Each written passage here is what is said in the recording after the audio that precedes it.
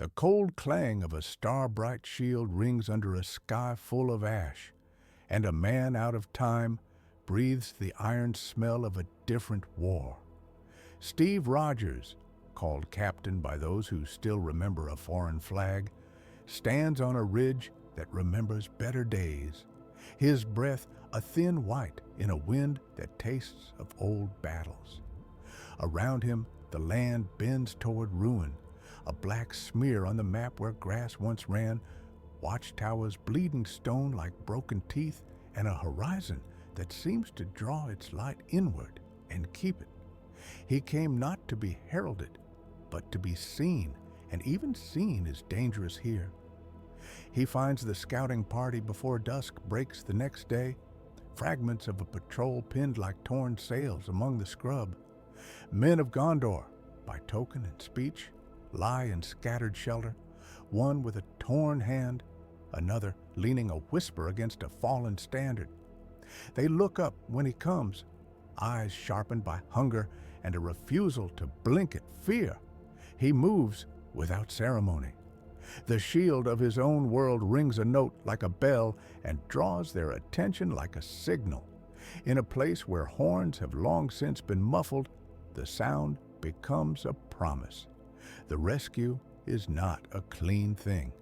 Ash hides holes in the earth, and the echoes make simple steps uncertain. He wades into it anyway, shoulders hunched, every movement measured and plain. When arrows find them, they come from a ridge of shadow and not from men. Not yet. He throws the shield, and men remember how to trust. It intercepts a barbed spear with a note of metal that feels almost holy to those who have only steel in song. He hauls comrades behind it, gives them a space to breathe and a room to stitch wounds. He speaks in short commands their tongues echo, not because they share his words, but because his tone is older than dialect. They tell him of borders gone soft, of towers unmanned, and roads that vanish into dust. They speak of a ring of darkness at Mordor's edge that hums like a caged thing, and their voices flatten at that name. Sauron needs no description here. His absence is as loud as his presence. The men fold themselves into the small shelter he makes, as if leaning against a wall, and for the first night he feels the weight of being a foreign hope in a country that has long learned to measure betrayal by how words look when they are laid beside a map. He sleeps in armor and dreams of other wars. Morning comes surer than comfort. Word moves faster than soldiers. It slides along hedgerows and through narrow alleys into places of council. By noon, a rider in rough livery reaches them and speaks for those who would listen. There is a council, they say, called from the meeting of lords and captains, and it will be held in a hall that remembers the old crafts of wood and stone. He is asked, deferential and abrupt, to bring his shield and his strength, to speak if he must. Steve has no title here, only a name that sounds strange on their tongues. They will call him Captain because it fits a shape men can hang trust on. The council happens in a place that smells of smoke and incense and the mixing of many fears. Flags hang threadbare. A table long enough to host seasonal alliances holds maps inked with older hands. Around it sit three kinds of rulers: a steward of stone, whose lineage is traced in the silver of his hair, a horse lord with an eye like a hawk, who speaks in blunt sentences, and an elven emissary whose presence makes the air cooler and the lamps burn steadier. Each measures the other with old caution. The steward speaks of honor, the horse lord of raids and reclaiming land, and the elven envoy of watching and waiting. They are brave. They are also careful of histories and obligations, of who answers to whom when a horn calls. Steve does not begin with doctrine. He sets the shield upon the table, a circle of blue and white that does not belong to this age, and the sound it makes is a punctuation that forces conversation to quiet. It is an object both absurd and simple, a bright disk against a map of gloom. Men glance at it, then at one another. The steward's fingers twitch at the edge of his goblet, and the horse lord's jaw tightens. The elven emissary inclines her head as though studying a new kind of metal. Here, in a room ruled by oaths and memory, he offers no history and no demand. He offers, instead, an action. Outside the hall, the wind reports movement. A scout returns with the news of a collapse in the Western Watch, a small fortress fallen to something like smoke and teeth. The steward's face goes brittle. The horse lord reaches for his spear. The elven chief listens, then closes her eyes and exhales as if a tune has been played she understands but cannot answer. Words rise and clash, plans for garrison, for alliance, for waiting for the moon to turn. Each plan carries its own weight of precedent, and what Steve sees is that rank here bends to custom as much as strength. A man may be worthy and still be refused because his forebears did not carry his name. He sees fear masquerading as prudence, as if the care to observe ritual could itself act as a shield, so he moves instead of speaking, and his gesture is not eloquent, but it is visible.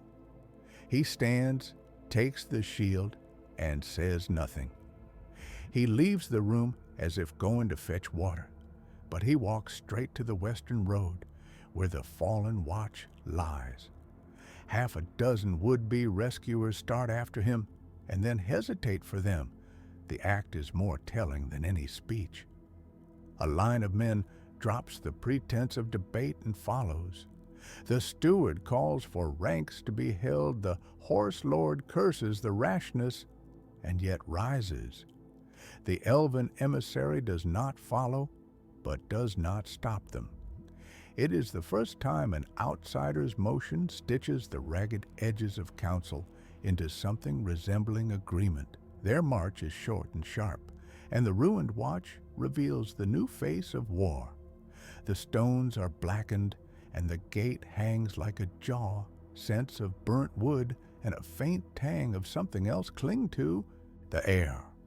Bodies lie where they fell, covered by the dust of time and ash, and when hostile things watch from the shadows, they do so like wolves, deciding whether to close.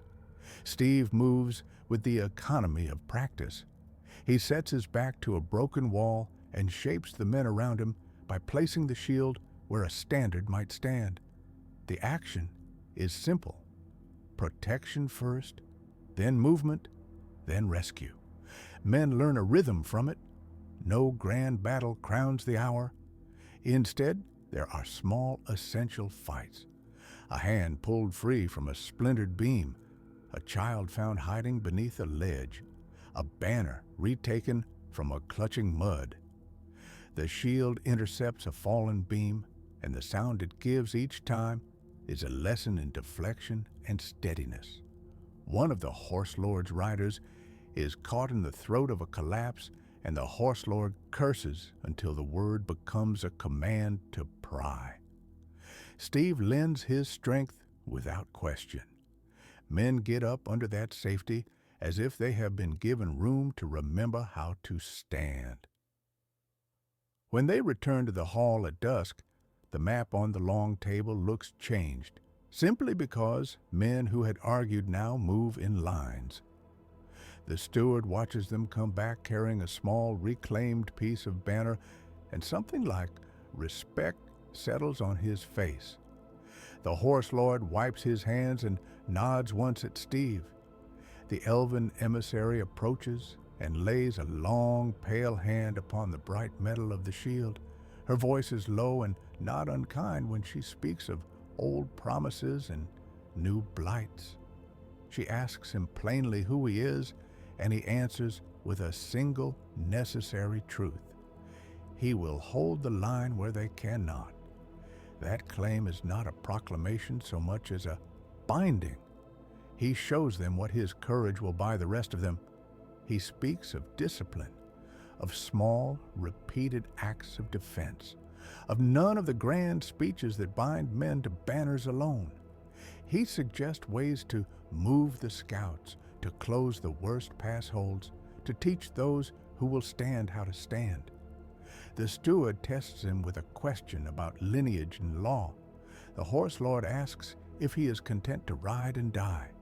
The elven emissary asks what he calls home. He answers without pride.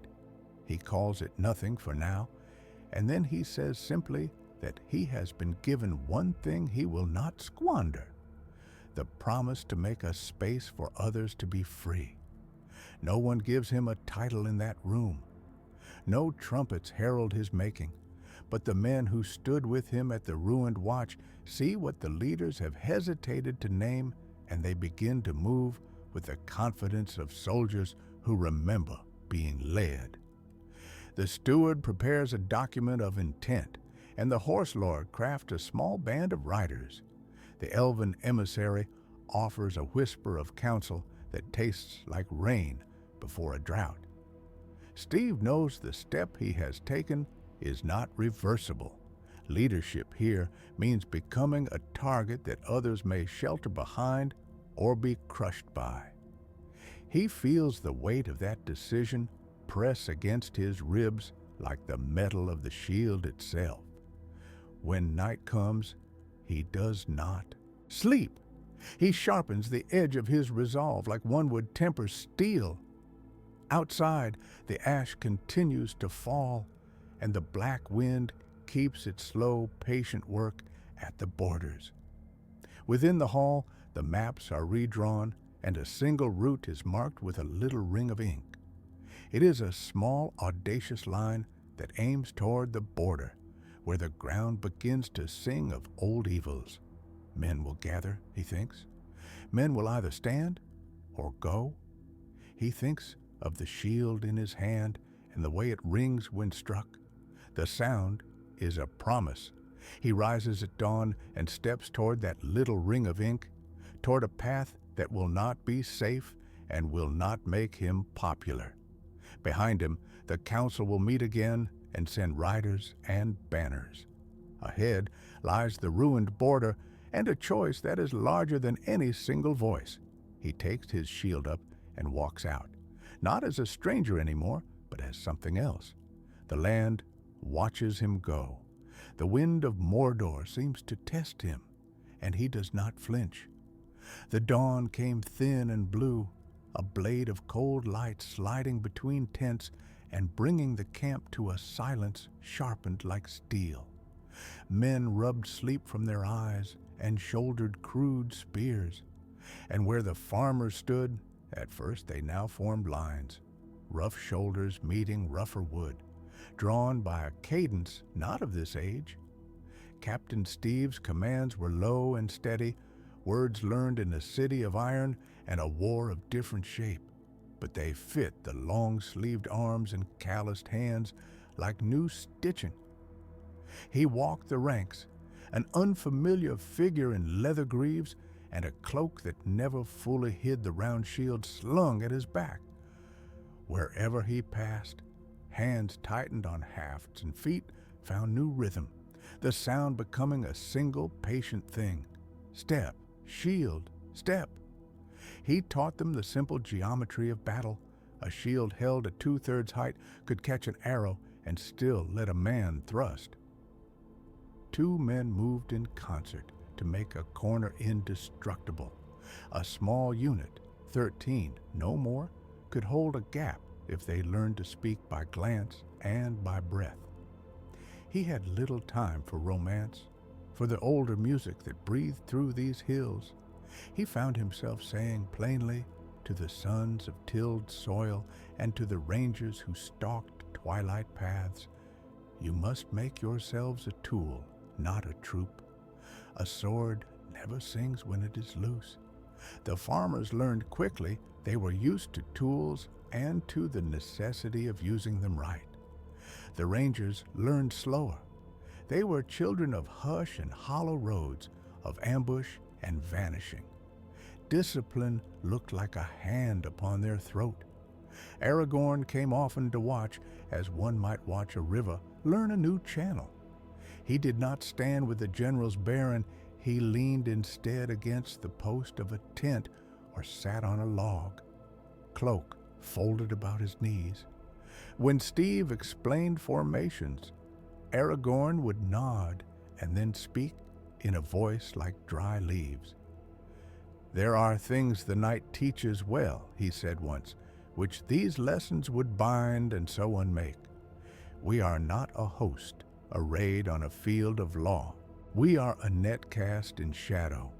He feared the lost grace of stealth given up to marching beats and shouted commands. He feared, too, that men long schooled in dignity would trade valor for calculated safety. Their argument grew not loud, but unavoidable. Steve answered with the blunt truth of a man who had watched millions fall by disorganization. "Honor won't stop a spear, nor song guide a shield.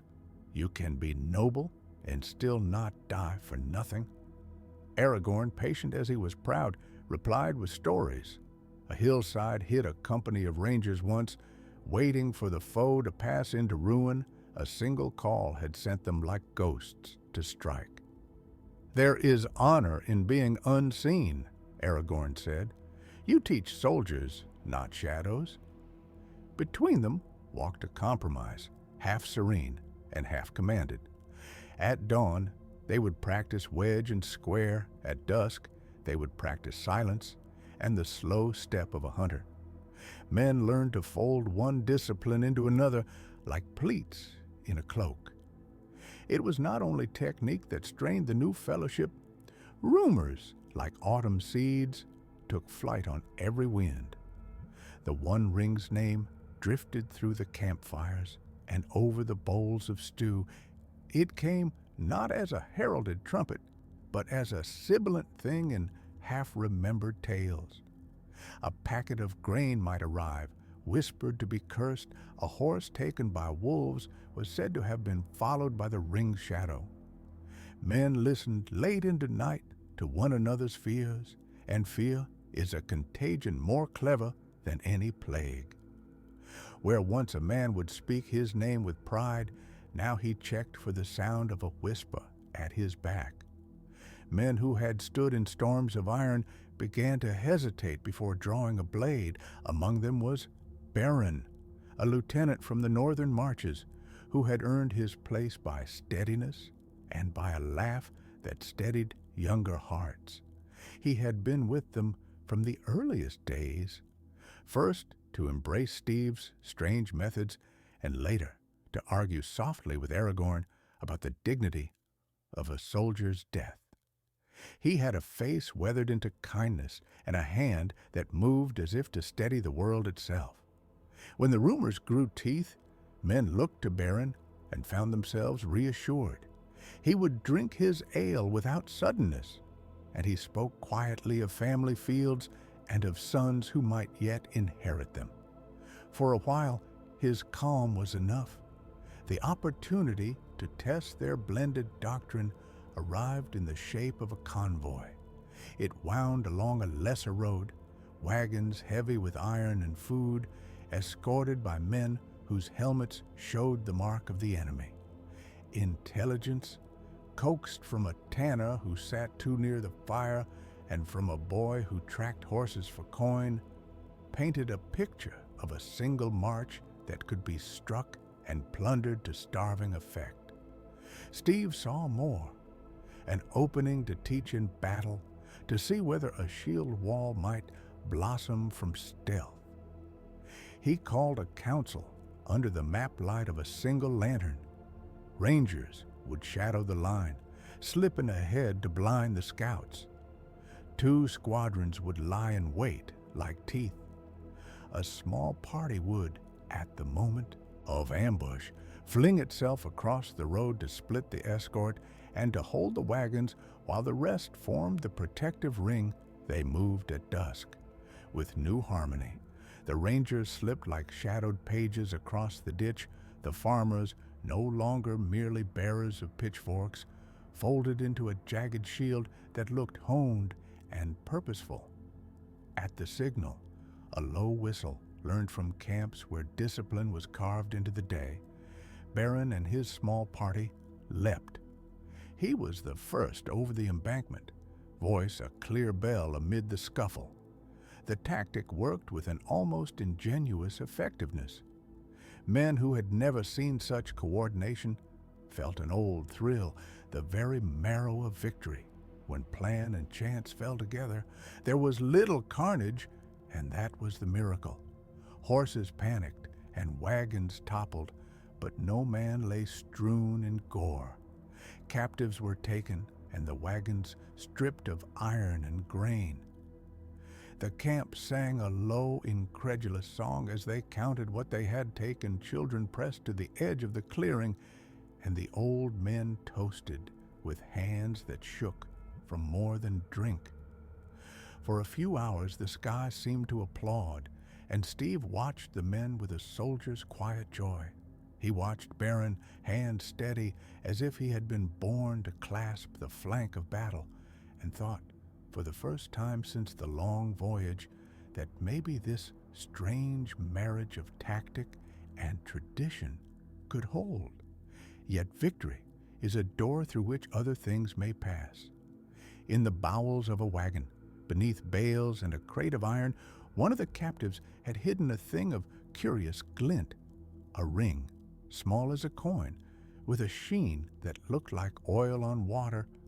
No one saw which hand had slipped it from the captured man into the dark. No one heard the whisper that unbent the captive's shoulders into a smile like a knife's edge. Someone, in the scramble for plunder, let that sliver of metal vanish into a pocket. When morning came and the camp was full of the bread and iron they had taken, a thin voice began to speak, not aloud, but beneath the sleep of a man. It found Baron first. At first, the change was almost nothing. Baron rose from his face, eyes hollow as a weather-beaten dish. He did not eat with the same appetite he heard the laughter in camp, and it cut him. When spoken to, his answers came a beat late, and his hands fumbled for phrases. He began walking alone at odd hours, and when questioned, he would smile a smile that did not reach his eyes, as if watching a private folly. The whisper that had found him was a thing of suggestion, of small betrayals of the heart. It did not shout for crowns or for blood. It asked for easier things. A small favor done in secret, a path left unguarded for the convenience of one man. It fed on fear and on the hunger for something to call one's own in a world that had been stripped bare. Aragorn felt the change before most. He noticed the way Baron's hand trembled when it reached for the hilt. He watched the lieutenant in council and saw that old steadiness grow brittle like frost. Steve, pragmatic and blunt, would have had Baron bound and searched, but he also knew the value of men like Baron, steadiers of souls, men who were anchors in wind. The council met beneath the splaying branches of an old oaken watch, their faces shadowed by concern. They spoke softly, for the wrong word might strike terror into a heart already listening for whispers. "We cannot break him with suspicion," Aragorn said. "We must not make him what the whisper wants by making him an outcast." His voice had patience and cold iron braided together. "But we cannot ignore what is upon him. It could unmake more than a man." Steve's answer was measured as the tactics he taught. "We watch then? Quiet watch. A man at the post who sees what the eye might not. Someone Baron trusts." He thought of the rangers, swift, silent, unobtrusive. One of them could sit just beyond the mead hall and see who spoke to Baron and who Baron took bread from in the night. But even as they arranged their sentinel, A new worry slipped into the back of Steve's mind. If a whisper could feed a loyal man on small favors, what might it do to men who already coveted power? The One Ring had a history of asking a little and then asking more. They assigned 2 watchers, and Baron smiled at the arrangement with a gratitude that was nearly obscene, too bright, as though a candle had been lit in a cellar where no lamp should burn. For a day or two, nothing happened beyond Baron's odd moods and the quiet shuffling of men. Then, on a night when the moon lay like a silver coin just above the ridge, a ranger reported seeing Baron speak with a stranger by a supply tent. The stranger's face was not one the camp knew. The meeting had been brief. A few hushed words, and then a hand passed something small. The ranger had not seen what it was. He had only watched Baron's shoulders tighten as though another had placed a load upon them. A council again. Arden, the ranger who reported the meeting, spoke with a voice like crushed pine. He took a thing, Arden said, and he looked like a man who would hide the shame before he sought a cure. No one in that circle of watchmen wanted to believe treachery had found a home among them, nor did they want to be fools and let it fester. The decision was a bitter one and as finely cut as any new strategy. They would not arrest Baron outright. For arrest breeds mutiny, they would not banish him. For banishment makes martyrs and monsters. Instead, they resolved to watch closer, to draw the whisper into the open without letting it know it had been seen. Steve felt the task settle into his bones with the weight of winter. He had fought enemy officers who wore their cause like armor. He had never faced a foe who worked by worming into the small comforts of a man's heart. How to fight a thought, how to place discipline against a secret that promised ease. He thought of the shield he bore and of the men who learned to stand behind its circle. He did not have an answer that would not cost something, trust or privacy, or perhaps the peace of one man's mind. He tightened his jaw and looked to Aragorn, who offered no counsel but a hand. "We hold the line," Aragorn said. "We will see if the whisper will show itself to the light." They moved then with a certain slow motion of inevitability. 2 men to a shadow, a silent step taken to intercept a hand that might slip a ring, a plan to draw out what lay hidden. Baron went on his rounds as if nothing bore upon him, as if his mind was still the quiet harbor it had been. But the smallest currents can shift a harbor's wharves. As they prepared to set their watch that night, Steve felt the old, clear urge of a soldier readying for a decisive moment. The enemy, for the first time, was not a line of spears, but a whisper walking under a man's skin. They would have to learn quickly whether tactics could bind the mind as surely as they held a gate. The wail came first, a voice like old iron scraping stone, and with it the wind grew bitter as grave dust. Men and women in the sentry towers craned their necks toward the black ridge where a single fell thing rode alone, a shape that drank the light and left the stars to blanch. Horses reared and stamped, lamps guttered, the scouts went silent. Even from the low camp where Steve kept watch, the air seemed to shrink away from the things passing, as if it were an accusation spoken by the night itself.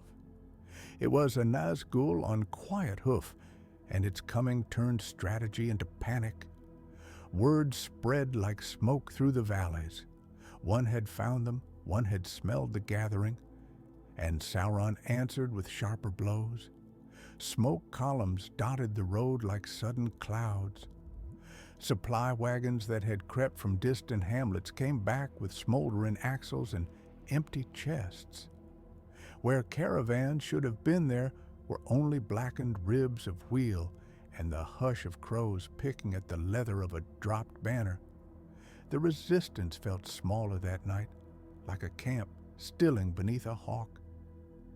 Towns on the trade routes now faced the old choice forced upon border folk since the days of wandering kings: stay and stand, and be made into a ring of flame, or abandon hearth and field and march into the uncertainty of the free hills. At dusk, a mayor argued with his people in the market square beneath the lee of an elm. A woman with 3 children said she would not leave her father's bones. A smith declared that to flee would be to admit Sauron's claim upon their kin. Men jabbed with words until the smith, in anger, smacked his palm against the anvil and left a ring of sparks like small suns. The decision was not one of strategy, but of grief. There were no right answers, only urgent reckonings. Steve saw those reckonings as a general and as a guest in a foreign age. He had mapped ambushes across his mind like a man arranging chess pieces beneath a storm lamp. He knew the enemy's eyes now turned for the living as much as for the living metal of the ring. Scouts, spies, and fell riders tracing every river and ridge. He ordered the roads cut, the bridges made to yield under pursuit, and stringers of men hidden in fern and hollow. His tactics became a slower, meaner thing. Sabotage by night, knives and smoke instead of pitched battle. He taught the villagers to tip wagons off the track at an angle that would slow a column, to plant false camps and leave only scraps of food and scattered boots as bait. He taught them how to move like a shadow and vanish. Those strikes kept supply lines thin and enemy columns in doubt. They saved wagons on one pass and diverted a patrol on another, but they exacted a price not counted on any tally. A burned storehouse once held more than flour. It held records of who had pledged food and who had not. When the false camp drew a patrol away, it also drew attention to the nearest hamlet whose smoke did not match the faked blaze. Civilians, forced to scatter with hastily wrapped bread and a child on a mother's back, sometimes found their cottages emptied by raiders who had guessed at the new pattern of movement. A guerrilla strike that cost an enemy captain would sometimes cost a bread maker as well. The line between defense and reprisal thinned into a razor edge that flashed in the sight of every man who took up arms. There were nights when Steve felt the weight of that razor on his palms like a hot coal. He wore the hard truth beneath his tunic. It was an ache that could not be trained away. He argued with his counsel. He argued with his own sleep. The men and women he had taught to slip between trees now looked at him with something like accusation, as if the shield he carried promised a moral certainty he could not now deliver. They had followed him for valor and for hope, and hope in this land tasted of iron and ash. Amid this mounting sorrow, another danger crept like mist: fascination. It is a small thing at first, the way a man's gaze lingers on an idol in a church or a coin clutched in a palm, but it is sharper when the idol is the One Ring. A companion of Steve's, quiet, strong enough to mend a saddle with a thumb, and quick enough to read a landscape like a book, began resting his hand upon the shield when he sat close. He would ask after the ring, as men with coughs ask about rain. He listened at first to the old stories of power and the old soldiers' talk of sacrifice. Then he began to dream of city walls falling wide open and of fields yielding harvests with a mere nod. The dreams carried the ring's voice like a hook. Steve recognized the signs because he had lived beside obsession in 100 theaters of war. He saw how the man's laughter tightened at feasts and how he turned restless in his sleep. Where once he had hummed minor songs while polishing a blade, now his hands hovered and trembled as if over something holy. He once found him at dawn, fingers curled around a small, dull stone picked up from a road. The companion kissed it absent-mindedly, as one might kiss a relic. He lied when Steve asked the nature of the stone. Lies were not often his habit. That lie was like the first clear frost of winter. It painted the world with a new, hard light. Fear multiplied quickly into urgency. The ring does not announce its designs plainly. It whispers as a lover might, but with promises sharper than any woman or man can bear. Steve knew its ways only at a remove, tales told by scholars and the last fearful memories of the elves. He had also seen men change before his eyes when given a small glory, the look that the ring might amplify into worship. He could not let a single soul in this resistance become a throne for that whisper. So he watched. He walked with the companion on patrols along the burned roads, and they spoke of small things. The man answered lightly, and then with an intensity that seemed to come not wholly from him. He mentioned once the dream of a tower lit like the dawn where the sky bent low and the people bowed. Steve listened and felt a coldness creep up from his bones. The Nazgul's earlier visit had been a warning. The change in his friend was another. A plan matured in Steve like a wound healing into a scar. It was practical and terrible both. He had been a soldier who had faced impossible odds and made impossible choices. This plan would not be simple bravery. It would be the turning of a weapon inward, the wielding of an evil against the well of that evil. Sauron's gaze sought the ring as surely as a hound seeks scent. If someone could make that gaze turn elsewhere, even for a single day, then columns would move, a siege might break, and lives would be counted in the thousands saved rather than in the hundreds lost. The plan required the harnessing of a peril no man ought to touch. It required a bait heavy with light, a signal to the dark eye that would pull its watchers and its riders away from the roads and the towns. There were other ways. Slow attrition, the steady grinding of insurgency, could stall Sauron and starve his armies. There was counsel in restraint. Indeed, there was moral worth. But time was not a currency they possessed in abundance. Supply wagons no longer came. Children were thin in the eyes. Markets that still traded in secrecy ran out of coin. Each day that slid away in debate was another sun for Sauron to use, and the companion, whose hands had begun to tremble, had become the living hinge of this decision. He dreamed not only of open gates, but of being the hand that opened them.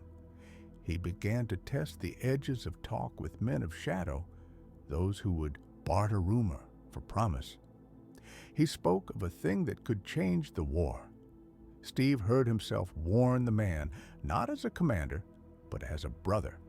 The man's eyes shone then, and for a moment Steve saw in them the ring's bleak carnival. One dawn, beneath a sky smeared with ash and the pale feathering of gulls that had lost other feeding grounds, Steve sat at the head of a small council. The map on the table was a patchwork of charcoal lines and torn vellum. The men and women about him had faces scored by loss. Steve's voice was quiet as it cut the cold. He outlined the plan with the precision he had always trusted. Lure the search to the rim, make a false citadel of flame and brass, and lead the enemy's best riders into a valley where spears and felled trees lay like a hidden teeth. It was bold, and it was plausible. Then he said the part he had kept for himself. He told them of bait of an object that would burn like a lantern to the eye, a light shaped to the Dark Lord's hunger. He did not name it. He did not say that the bait would itself be a ring, nor did he say that the hands to wield it might be those of a man already bent. He described instead the calculus, lure and snare, sacrifice of a thing to save the many. There was a pause like the held breath between hail and thunder. The companion looked at him with a face washed of color. "You would tempt him," someone said, and the words were barely a whisper. Steve answered without flair. "I would deceive the seeker," he said. "I would make him look away. And what of the price?" The mayor's voice cracked. "What of the soul we tempt, so that we may keep our hearths?" Steve felt the question like a blade. He had been a soldier who pledged to protect. He had sworn an oath to save as many as could be saved, yet here was an oath whose keeping might demand that he hold a thing that blackens the hand. He thought of the companion's fingers, the way they had grazed his shield, the way their laugh had once steadied a tired sentry. He thought of a child in a thatched cottage who would wake and find bread. There was no counsel from the map. There was only the slow, certain arithmetic of consequence. If he used the bait, some dark thing would be given force to draw hunters. If he did not, the hunters would find other prey. If the companion took the bait willingly, then the war might be saved and a heart corrupted. If Steve took it himself, he risked becoming what he fought. Each branch of that fork carried ruin. A man could not choose without being reshaped by the choice. Outside, a bell rang, a single toll from a village that had not yet decided whether it would leave its place or burn with it. The sound threaded into the room like a hand upon a wound. In that moment, Steve stood, taller than his shadow, and walked alone from the council into the gray of morning.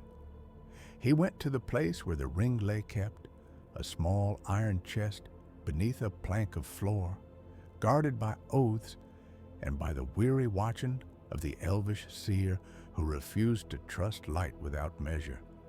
The companion followed at a step's length, and behind him came silence. Steve's fingers found the lid like a soldier finding a trigger. He paused, feeling the whole war lean upon the choice of whether he would lift the thing or leave it buried. He felt the old soldier's logic, the moral clarity that had once been his armor and had been hammered thin by hunger and loss. He remembered the faces of those who had looked to him for deliverance. He remembered as well the look in the companion's eyes when he spoke of towers and bowed people. The ring lay beneath his hand, small and utterly without audible breath, and yet it filled the air like a second sun. He could take it. He could attempt to wield its call as bait, to fashion his own peril into a mirror for Sauron's greed. He could hand it to the companion, trusting that love and loyalty would temper temptation. Or he could leave it, hold to the principle that had kept him whole in every other war and watch as villages emptied and children went hungry. Each fear bore its own weight, each hope a different kind of ruin. Steve drew a slow breath and lifted the lid. The chest was cold. The air around him tightened. The companion's hand brushed his forearm. Steve felt the tremor, felt the hunger in another man's fingers as if it were a living thing that might be passed like a plague. He had only a moment to decide whether to use fire to fight fire, whether to be the master of a desperate trap or remain the keeper of an untempted mercy. He made no speech.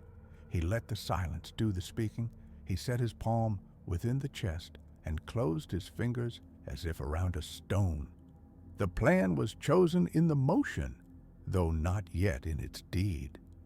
He stood then, every part of him alive with the knowledge that the coming hours would demand more than courage. They would demand a sacrifice of the self, or else the sacrifice of many. The companion watched him with eyes that were no longer wholly his own.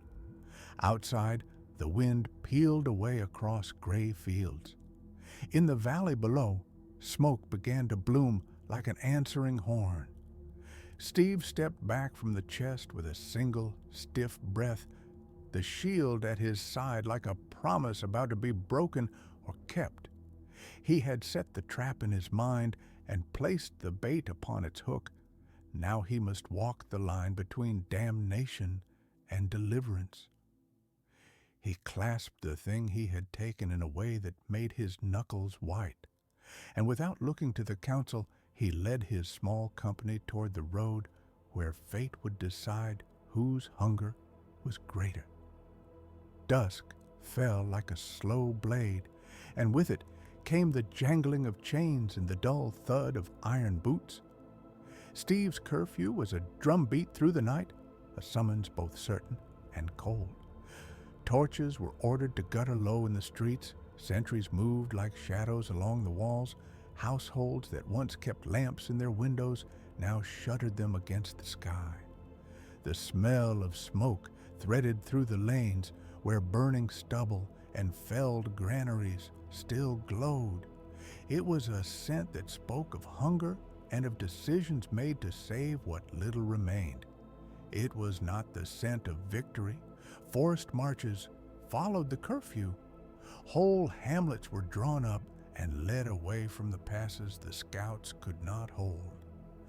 Children clung to mothers who had learned to crush their cries into silence lest an enemy hear and come. The clink of harness and the scrape of wagon wheels were ceaseless now. Soldiers paced them like a metronome, step, step, measured, relentless. Captain Steve moved among them with hands that had once steadied other hands in battle, now closed tight around scrolls and rosters and lists of names to be fed and moved. His shield hung at his back, dull as a law. He gave orders as if the world could be reassembled with commands, curfews, cordons, the burning of fields likely to fall into enemy grasp. All were instruments of his mind. He spoke of breathing room. He spoke of calculations. How many days of grain? How many miles to safety? How many men at the passes at dawn? When he spoke, the men listened, for his voice still held the cadence of a leader who could pull a ragged line into order. But the eyes that followed him were not all faithful. They flicked, uncertain, from his jaw to the scorch on the hills, from his calm maps to the ragged children at the roadside. Whispers rose like smoke under the watchmen's cloaks. "You are becoming what you swore to fight," some said. The phrase had the slow cruelty of a blade left to rust. It did not cut clean, but it meant to wound. It clung to the tents like a wet chill. They spoke it down corridors and in the hush between rations.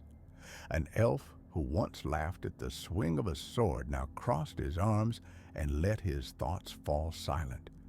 A dwarf refused to lodge in halls now overseen by soldiers who burned the grain his cousin had tended. Rohirrim mothers spat and turned their faces when soldiers passed. Even those who had followed Steve from the first days, who had believed in the line of his jaw and the steadiness of his heart, found their faith tested. Loyalty is a brittle thing in long winters. Aragorn came to him under a darkening sky, not as a judge nor as an accuser, but as a companion bound by years and oaths. His cloak whispered like old leaves. He stood before Steve with his sword half-sheathed and his face set to a sorrow that men of his line often wore. He did not let the guards close around them. He asked to speak in low tones, and Steve conceded the space with a slow nod. "You press hard," Aragorn said. His voice was a river, deep and patient, carrying grief beneath it. You force men and women to march farther than their legs can bear. You doom crops so that armies may pass. You have put chains upon the gates of towns that once welcomed us. Steve's reply came quick, pragmatic. I buy time. I keep the forces we have alive long enough to make a stand. He traced the map before them, pointing to narrow corridors of escape and to points where the enemy's gravity might be diverted. If we do not make the hard choices, there will be no stand to make. Aragorn's eyes did not look away. Hard choices do not absolve us. He rested a hand on the table, near a blot of wax where a seal melted down and hardened. You choose means that leave ruin in their wake. You teach people to fear us as much as the dark. They will not stand with men they do not trust. Steve felt the weight of his pledge, the soldier's vow to protect, and the sharp iron taste of necessity. He had watched children weaken on forced marches, had listened to the hollow moans of those left behind. He had seen in the eyes of the enemy the knowledge that only desperation could bring. He did not speak of nights when his sleep was nothing but maps and numbers. He gave instead a soldier's certainty. If we waste our strength on moral scruples while that shadow grows, everything dies, he said. If that means making people fear me now to keep them alive for the future, I will accept it. Fear is a poor teacher, Aragorn said. It binds loyalty with barbs, not with trust. There will come a day when men must choose again, and they will choose poorly if they are bound with chains. Around them, the camp breathed. Men shuffled and pots clattered. A horse neighed in a lullaby of its own. The argument between them was not of words alone, but of the whole measure of war. What could be spared, what must be taken. Each man looked at the other as one might look at a spear point, intended not to wound an ally, but shaped for use. The council had grown fractious. Voices rose and fell like surf. Counselors once of one mind now split into sharp halves. One morning, a messenger brought word of a desperate plan that split the room like a thunderbolt. A small figure, no grand lord, but a captain from the southern forts, gaunt from marches and desperate from loss, rose with hands that trembled. He cut through the rhetoric with an ugly clarity. "We have the ring," he said. The words hung in the hall like a bell struck too loudly. Silence spread. Even the murmuring of the servants stopped. The ring, an object whose very name carried weight heavier than stone, was not spoken lightly. It was not a thing of polite debate. People swallowed. The captain's eyes burned. "We cannot hope to match them without a weapon that bends will," he said. "If we seize it now, we can turn its force. We can break the enemy's lines and end this in months rather than years." A chorus rose then, a single, thin note of desire that sounded like hunger. Some looked to Steve, as if his foreign metal might cleave the Gordian knot. Others pressed their palms together, as if in prayer to stave off such desperate thought. "No," said a voice that came like wind through the rafters. It was a woman's voice, clear and cold. "We must not touch it. No gain could outweigh the cost." She spoke like one who had seen long ages and remembered ruin. Her words were the memory of old tales, of kings and rings, of light swallowed by shadow. Aragorn's ringing was deeper. He recalled the long histories, the eyes that had looked to the ring and been undone. He feared not only for men, but for the souls of those he loved. He moved then, and his words carried the weight of lineage and warning. "We will not make use of the very thing we flee," he said. To bend that circle is to invite the shadow to answer with its own hand. We fight for a world where such things are not instruments of men. Steve listened. The room held its breath. The captain who had spoken of seizing the ring pleaded louder. We cannot hold on what we have without taking what we need. If we do not strike now, every path narrows. This is the instrument of war that could swing hope behind us. We are out of choices. That word, choice, settled on everyone like a stone. In that hall, the measure of men's souls was put into the balance. Pragmatism argued against faith. Fear argued against restraint. The sound of dissent was no longer a whisper. It was a rising tide. Some rose to their feet and declared that desperate times demanded desperate means. Others struck the table and swore that to lay hands upon the ring would be to invite damnation. Steve felt the pull. He had pledged to protect life, to preserve what remained, to wield the ring as a weapon promised to end the suffering now. He could imagine the lines broken, the enemy routed, children fed, fires returned to hearths. But he heard Aragorn, too, the memory of every kingdom that had fallen when men sought power without measure. The temptation was a blade that cut both ways. Councils do not break in a single moment. They fracture by degrees, by the erosion of trust. Men split into camps. Friends who had shared bread now kept their meals apart. Some swore by Steve's cold calculation, others by Aragorn's tempering counsel. What had been a unity of cause began to look like a many-headed beast, each head pulling in a different direction. That night, beneath a sky splayed with indifferent stars, a small group gathered in secret. Names were not spoken aloud. They met by lantern in a tent whose canvas smelled faintly of wax and old smoke. The captain, who had first proposed seizing the ring, stood over a rough table where a map lay creased and bloodless. He pointed to a place of stone and shadow and spoke of roots and centuries, of men who could be trusted and men who could not. His plan was surgical, swift. He argued for speed. Before dissent calcified into open resistance, Aragorn, for all his protest, listened. He weighed the plan with the careful gravity of a man who knows how often the sharpest sword must be tempered. Steve listened too. His face bore the strain of commands, of ration lists, of burned fields. He ran a hand over the rim of his shield.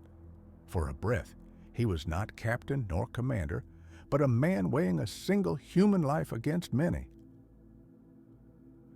"We will not be many," the captain said. "We will be small, unseen."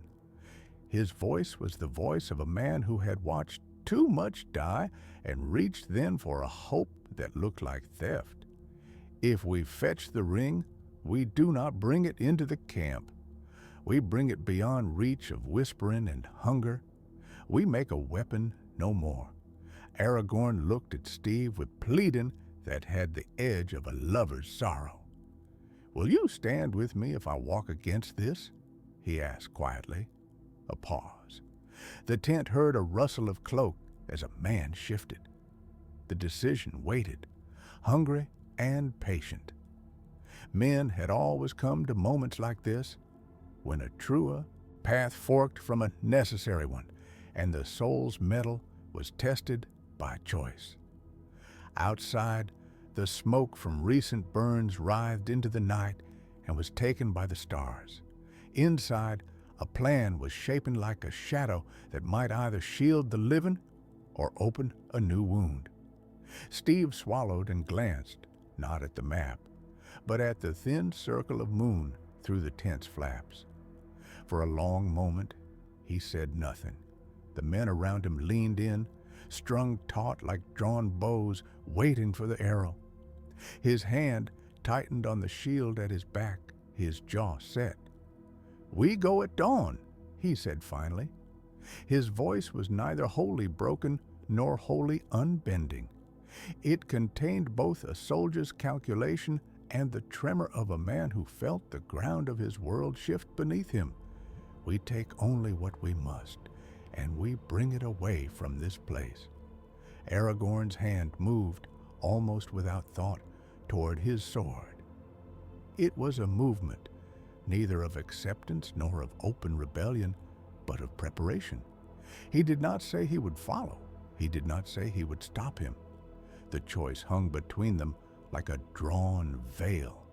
Outside, the camp lurched toward sleep, unaware of the smaller, colder motion preparing within its heart. Dawn would come in a handful of hours. Plans once made cannot be unmade by silence. Men readied themselves, boots were checked, sentries shifted by the pale edge of the moon. A decision had been spoken. A small company would ride. The ring, whispered of like a fevered sin, was to be seized. The night held its breath, and the wagons of fate creaked toward a turning none could yet see. The watch fires on the ridge had turned to coals by the time the final plan found its feet. A wind came down from the ash hills, full of the iron tang of distant war, and with it a hush, as if the world itself were holding breath. Steve moved through that hush like a thing shaped to purpose. He bore no banner, save a small battered shield that had tasted many blows. His face was leaner now, and the young certainty that had once shone in his eyes had been tempered into something quieter and harder. Around him stood those who had chosen to answer when all seemed spent. Rangers with moonlight in their blades, riders from the south with mud on their knees, and a scattering of men, hobbits, and a Dunedain prince who had learned to listen. "Remember," Steve said once in a voice that carried, not loud but plain, "we do not give the enemy our hearts to hold. We will not make his throne by turning our own hands into keys." Aragorn's nod was a small thing. He had seen kings made and undone by lesser wills than Sauron's desire.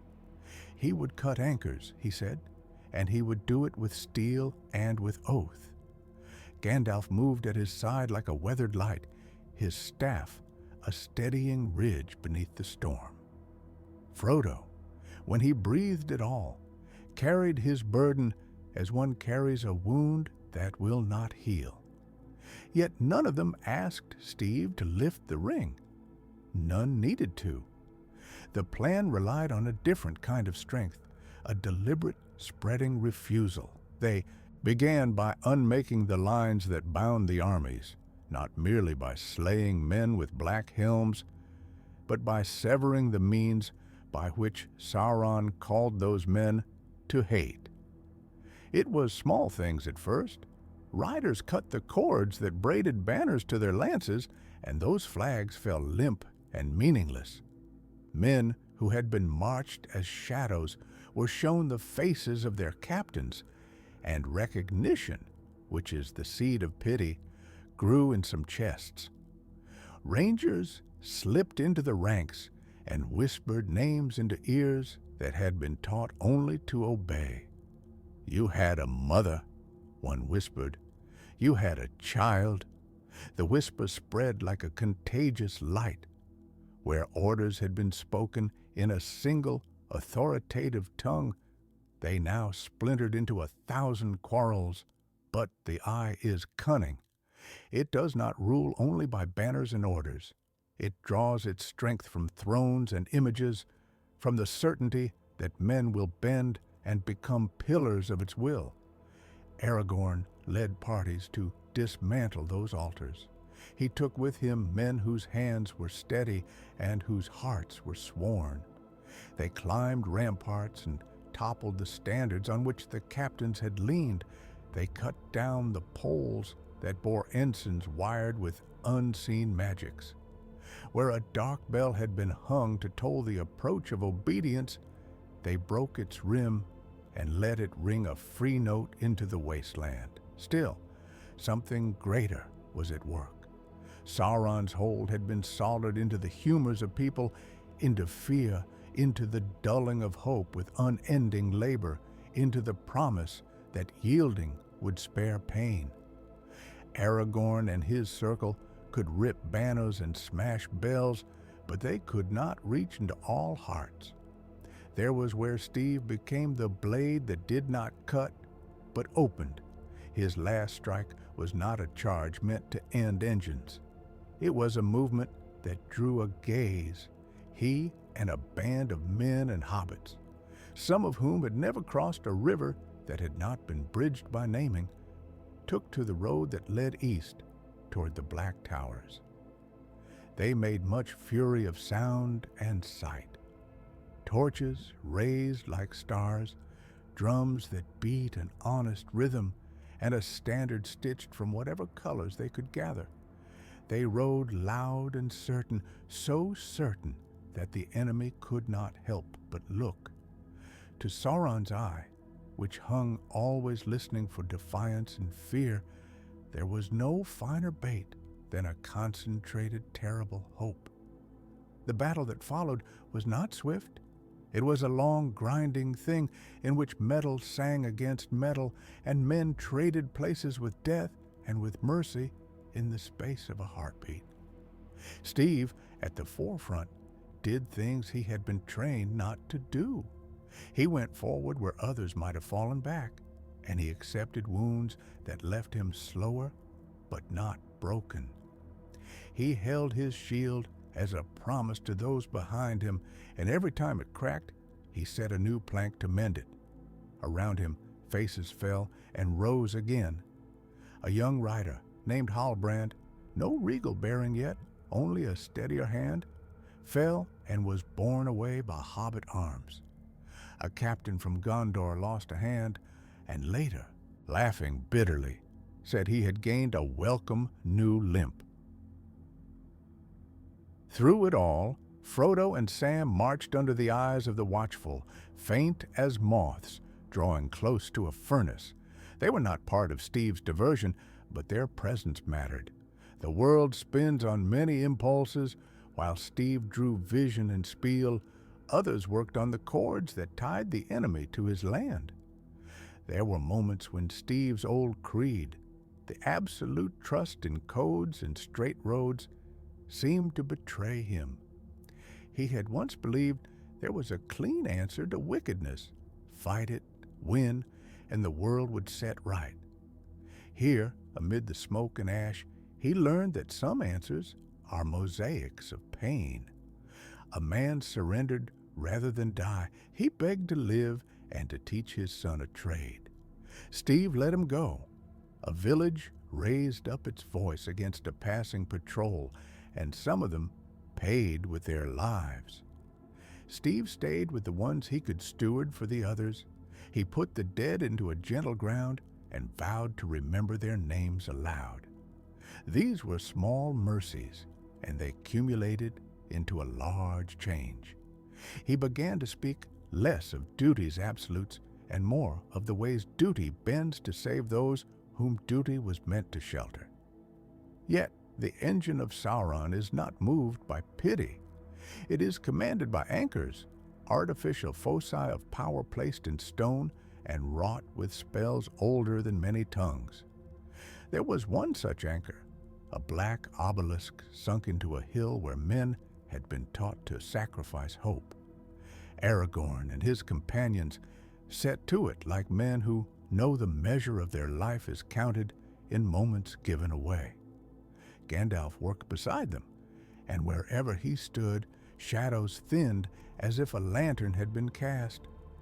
Aragorn drove his blade deep, not through flesh, but through the false language upon the stone.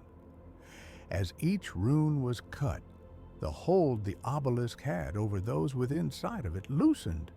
Men who had been marching like marionettes slowed, then paused, then looked at the world as if they were seeing color for the first time. These cuts were not painless. To strike anchors required sacrifice. One of Aragorn's kin, a man who had once been a steward in a lord's hall, walked into the circle where a rune burned and offered himself as a living wedge. He would not be taken by the power, he would break it with his own body. He held the blade at his side and took the thrust as others moved in. He did not die with a cry. He died with a curious smile, as if the thing that had bound him had been unfastened and some long-closed window had been opened. Gandalf knelt afterward and held his head as if it were a child's, and Steve found himself wiping his own face with the back of a hand and tasting ash. The eye, when it felt these prunings, turned fury to wonder. It had never expected that men would untie themselves knot by knot rather than be cut free as beasts. It began to lash out with a great and terrible desperation. Wraiths were sent to snuff out the newly awakened hope.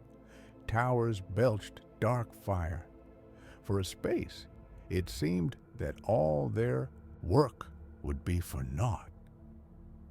It was then that the refusal took full form. People in towns that had been held by fear stood in doorways and each in his own humblest way forbade the darkness a place. A smith walked from his forge and took up a broom to sweep the ash from the square. Children who had been taught to cover their eyes at the approach of the enemy's banners climbed upon carts and sang a song their parents had once sung to them, an old, stubborn melody about green fields and rain. Soldiers found themselves put to the test. Would they obey a command that treated their neighbors as tools? One by one, men lowered spears, not because someone overrode their orders, but because old reasons for following had dissolved and new reasons for choosing had grown in their chests. That sequence of small refusals was the true blade. The eye could not hold an army that would not be held. Its armies fell apart not by annihilation, but by desertion of purpose. In the end, there was a scene of strange dignity. Whole companies standing down in silence, helmets in hands, tears in eyes. No trumpet blew for surrender. It was a private, public unbinding. Steve watched this unraveling with a complex ache. He had been trained to inspire direct action, to lead charges, and to break lines. Here, victory arrived by 1,000 quiet acts. He learned to be patient with those acts, to see them as the only victory that would not later curdle into tyranny. He also learned that liberty can be costly. Men and friends were gone. Bonds that had once been simple and bright had been stretched to thread and sometimes had snapped. He felt these losses like weather in his bones, the chill of absence, the soreness that does not heal. Yet alongside the ache, there was a growing conviction that freedom, once bought by a sword, may stand only so long as it is taught and chosen anew. When, at last, the black towers were emptied of their commands, when the obelisks had been felled and the flags unstitched, the ring itself lay denied not upon a throne, but upon a cold stone, a thing beggared of followers. Frodo and Sam, having come through more than the rest of them could properly bear to know, sat at its edge and did not take. Frodo's hand hovered and then fell away. Sam put a hand on his shoulder, and in that touch was a whole language of refusal and fidelity. They did not strive to hurl it into consumption. They did not seek to use it as a hammer. They refused the throne the ring offered. This refusal was not an absence of action, but a full action, resolute and brave in its quiet. In that hour, something like dawn slit the ash cloud. The eye, deprived of the thrones and of the men by whom it had ruled, dimmed. Its servants, once so many and perfect in their obedience, became mere men again, men who would have to live with what they had done and be taught to do otherwise. The ground yielded a long, exhausted breath. Victory came then, but it came stained. Fields were hollowed and faces were missing at the fires.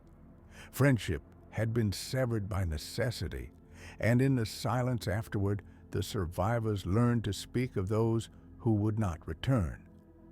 Steve walked among them and spoke little. When he did speak, it was not to remonstrate or to sermonize. He told small stories, the sort of plain human tales that teach by example, of a baker who shared his last bread, of a child who fed a wounded crow, of a captain who refused to take a prisoner's goods. Little things, but repeated, they laid the foundations for a new law of being. At the edge of that new world, Steve found himself not with an empire to shape, but with a pledge to keep. He did not become king. He had never wanted a crown. He wanted a people who could choose freedom and teach it. So he set himself to the slow work of mending. He taught in the mornings, showing how to guard stores and tend the sick. He sat with councils in the afternoons, listening more than deciding. At night, he would walk the borders where the ash met the green and whisper names of the lost as if calling them home. Aragorn, who had accepted the kingship for himself, led men to rebuild roads and laws. Gandalf returned to wander, a quieter light on his staff. Frodo and Sam went into country that would take long to heal, and there they began the more intimate work of tending what remains after a great breaking. People took up the small, ordinary acts that make a world, teaching a child to read, mending a roof, planting a tree in a place that had known only scourge. Steve learned the hardest lesson, last, that ideals must bend so they do not shatter the lives they hope to save. He did not abandon his belief in duty, but he altered its shape. He would rather spare a man by choice now than hold to an absolute that doom him later. He would teach forgiveness when it could be taught and consequence when it must be. And he made a vow that was neither vow to a throne nor to a code, but to a practice. He would stay until those who had learned to obey could learn to choose. He would build a council that would include old enemies who had renounced their chains. He would not take their place at the center, rather, he would teach how to stand side by side and to refuse the ease of unquestioned command. The wind shifted. Beyond the ash hills, the green began, stubborn as a child's curiosity. There were many things yet unresolved, the wandering bands that had not been found, the wounds that would fester if unlooked, the question of whether men would hold to their new choices across seasons. Steve faced those questions like a man standing at a path that branched into many days. He could not promise peace without cost, but he could promise to be present for the payment. Leaving the center of a battlefield does not end a war, it begins the long turning of a people back to itself. He stepped forward to that task with the certainty of a soldier and the humility of one who had come to know that courage sometimes asks us to wait.